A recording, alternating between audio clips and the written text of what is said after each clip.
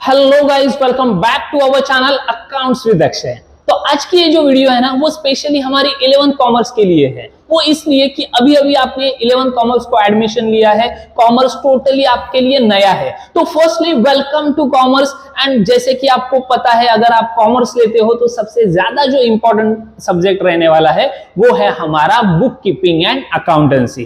तो इस वीडियो के थ्रू आपके सारे जो कॉमर्स रिलेटेड बेसिक है, अकाउंट के रिलेटेड जो बेसिक्स है, वो सारे के सारे मैं यहाँ पे क्लियर कर देने वाला हूँ। क्योंकि आपको 10th में जो सब्जेक्ट थे और अभी आप जो कॉमर्स ज्वाइन किए हो, तो आपको वहां पे डिफरेंस महसूस होगा। तो ये जो डिफरेंस है ना, वो ज्यादा से ज्यादा मैं इस वीडियोस के थ्रू क्लियर कर देने की पूरी कोशिश करूंगा। तो देर ना करते हुए ये वीडियो स्टार्ट करते हैं। Let's begin to this. तो गाइस, आप यहाँ पे देख सकते हो, मैंने एक क्वेश्चन लिखा हुआ है, what is book keeping, explain its importance and explain it's utility. Okay, तो सबसे पहले मैं आपको ये बात क्लियर कर देना चाहता हूँ, ये जो क्वेश्चन है ना, ये दोनों क्वेश्चन जो है, उसमें से एक क्वेश्चन 101% आपको आपके फर्स्ट यूनिट टेस्ट में रहने वाला है। तो इसका आंसर जो है ना, वो along with the meaning and definition of book keeping आपको उस एग्जाम में लिखना है।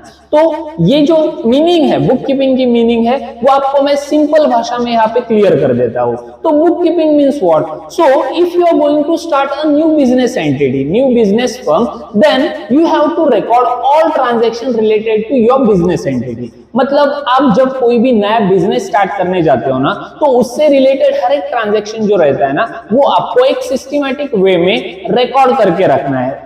मतलब रिटन फॉर्म में आपको रिकॉर्ड करके रखना है। तो जब आप ऐसा करेंगे ना, तो आपको क्या लगेंगे? उधर बुक्स ऑफ अकाउंट्स लगेंगे। अब बुक्स ऑफ अकाउंट्स क्या है? तो एक बात यहाँ पे देखो, हाँ, अगर मेरा बिजनेस है और अगर मैं मेरे बिजनेस में कोई भी अगर परचेस का ट्रांजैक्शन करता हूं, तो उस परचेस के ट्रांजैक्शन के लिए मेरे पास यहाँ पे होगा परचेस बुक। और अगर कोई भी सेल का ट्रांजैक्शन करता हूं, तो मेरे पास रहेगा सेल्स बुक। ये है बुक्स ऑफ अकाउंट्स के एग्जांपल्स। मतलब उससे रिलेटेड जो भी ट्रांजैक्शन रहेगा, मतलब suppose purchase goods from Amay stores, okay, तो ये जो एंट्री है वो मैं कहां पे रिकॉर्ड करूंगा? परचेस बुक में। सोल्ड गुड्स टू राहुल, ये जो सेल का ट्रांजैक्शन है, सोल्ड मतलब सेल हुआ, ओके, तो ये जो ट्रांजैक्शन है वो मैं कहां पे रिकॉर्ड करूंगा? सेल्स बुक में। तो ये जो रिकॉर्डिंग की जो प्रोसेस रहती है ना, उसी को क्या बोला जाता है? बुक कीपिंग बोला जाता है। तो book keeping means what? Book keeping means recording of all business transaction in a systematic way into your books of accounts of the business. Okay, तो आप I just hope कि आपको ये बुक कीपिंग की मीनिंग जो है वो समझ में आई होगी। अब आते हैं सेकेंड इंपॉर्टेंट क्वेश्चन पे, वो रहेगी आपकी डेफिनेशन। अभी डेफिनेशन कैसे लिखनी है आपको? तो डेफिनेशन जो है ना, वो आपको एग्जाम में 101% वहां पे लिखनी ही पड़ेगी। और that should be given by a proper author। मतलब कोई भी अगर ऑथर रहेगा, उसने दी हुई जो डेफिनेशन रहेगी, वही डेफिनेशन आपको क्या करनी है? एग्जाम में लिखनी है, तभी आपको उसके फुल मार्क्स मिलने वाले हैं। तो यहाँ पे मैं एक आसान डेफिनेशन जो कि आपके टेक्स्ट बुक में दी हुई है, वो आपको बता देना चाहता हूँ। तो वहां पे आप डेफिनेशन किसकी ले सकते हो? तो according to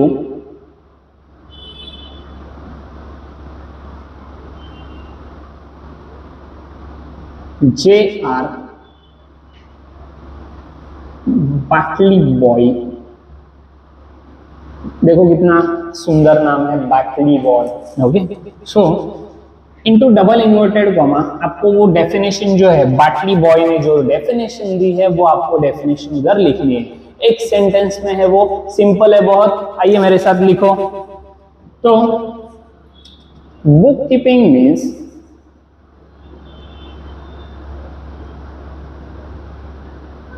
first one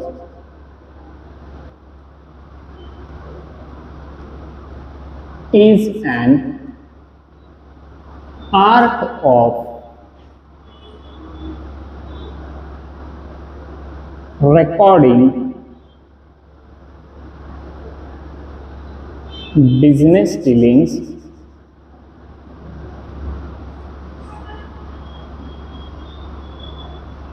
in a set of books। तो ये एक ही सेंटेंस की डेफिनेशन है जो कि हमें किसने प्रोवाइड की है, अकॉर्डिंग टू J.R. बाटली बॉय। ओके, तो उसके हिसाब से मतलब according to J.R. Batliboi, book keeping is an art of recording business dealings in a set of books. अभी रिमेंबर कर लो, ये आपको यूजफुल रहने वाला है। ओके, तो डेफिनेशन भी हो गई है, एक स्मॉल डेफिनेशन है जो कि आप इजीली लर्न कर सकते हो। तो अभी आते हैं इंपॉर्टेंस। तो उसका इंपॉर्टेंस जो है ना बुक कीपिंग का, वो मैं यहाँ पे लिख देता हूँ। हाँ, अभी देखो,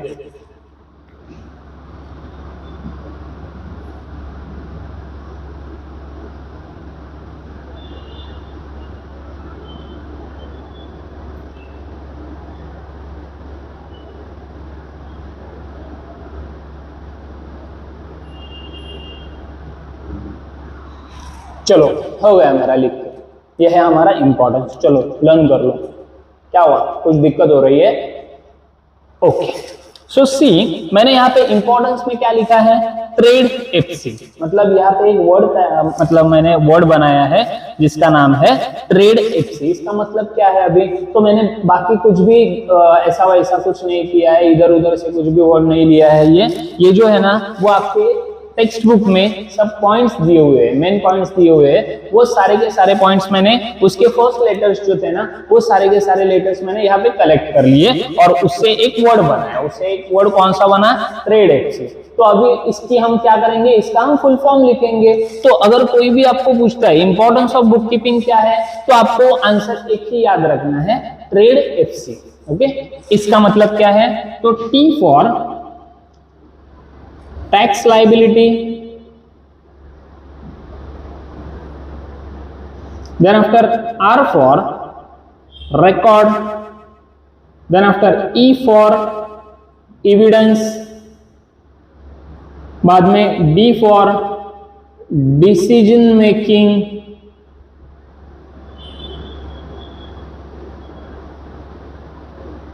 बाद में F for financial information,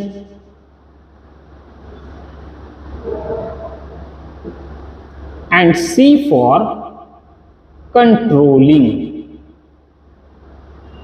समझ में आई कुछ बात? अगर आपको वहां पे इंपॉर्टेंस का क्वेश्चन दिया होगा तो इंपॉर्टेंस के पॉइंट्स जो है वो आप याद कैसे रखेंगे? Trade FC. मतलब आपको क्या करना है, फर्स्ट लेटर जो दिए हुए थे ना आपके जो पॉइंट्स थे, मेन पॉइंट्स, उसके जो फर्स्ट लेटर थे वो मैंने कलेक्ट करे और बाद में उससे एक वर्ड बनाया, वो वर्ड है ट्रेड एफसी। तो अगर आपको इंपॉर्टेंस लिखना होगा तो आंसर क्या याद रखोगे? Trade FC. तो छट से ये याद कर लो और इसका एक स्क्रीनशॉट ले लो चाहे तो। अभी आते हैं सेकंड क्वेश्चन पे, यूटिलिटी। अब यूटिलिटी जो है ना, वो यूटिलिटी का भी हम कुछ ऐसा ही करने वाले हैं। ओके, तो यूटिलिटी आप कैसे लिख सकते हो? तो मैं यहाँ पे यूटिलिटी लिख देता हूं।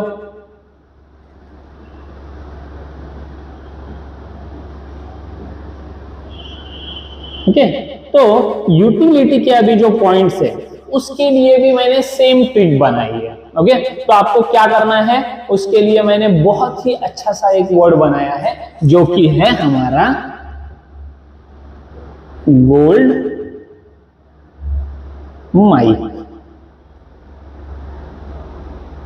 ओके, तो गोल्ड माइक का मतलब क्या है? तो अगर आपको वहां पे एग्जाम में यूटिलिटी लिखने को आता है तो आपका आंसर क्या रहने वाला है?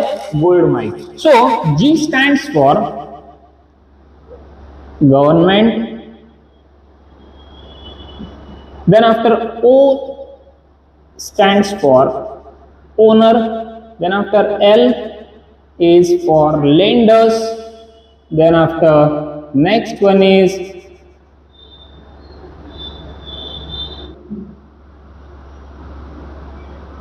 development, then after next one is